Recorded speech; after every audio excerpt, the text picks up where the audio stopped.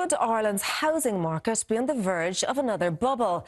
A new report from a leading economic think tank raises concerns about soaring house prices.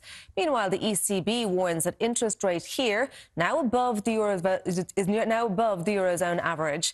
Today, the European Central Bank again cut its key interest rates. House prices are climbing, demand is surging and supply just isn't keeping up. That's according to recent data from the ESRI, which has shown that affordability challenges are deepening nationwide. In Dublin, there's some relief, with prices stabilising. But in places like Galway and Limerick, prices have jumped by over 9% in just the past year. Experts say a significant factor is a slowdown in new housing completions, down 25% in Dublin alone. But interest rates are also adding pressure. At 4.23%, Ireland's mortgage rates are higher than the Eurozone average. However, there may be some relief ahead.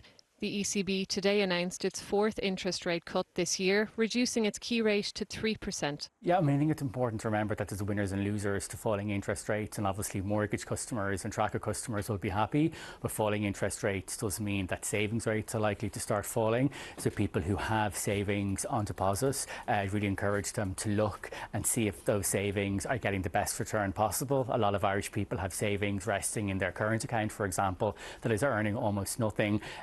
There's still rates at the moment of maybe 3% and above that are available to people who are happy to lock their money away for a short period of time. But I don't think those rates are going to be around for much longer, particularly if the ECB continues to cut interest rates. So I'd say to people who are watching, if you have savings, now's the time to do something with them.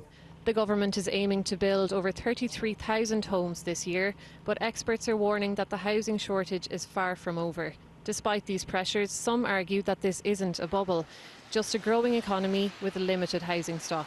But for people on the ground, the challenges are all too real. High prices, rising borrowing costs and limited options mean the dream of owning or renting a home may feel more out of reach than ever.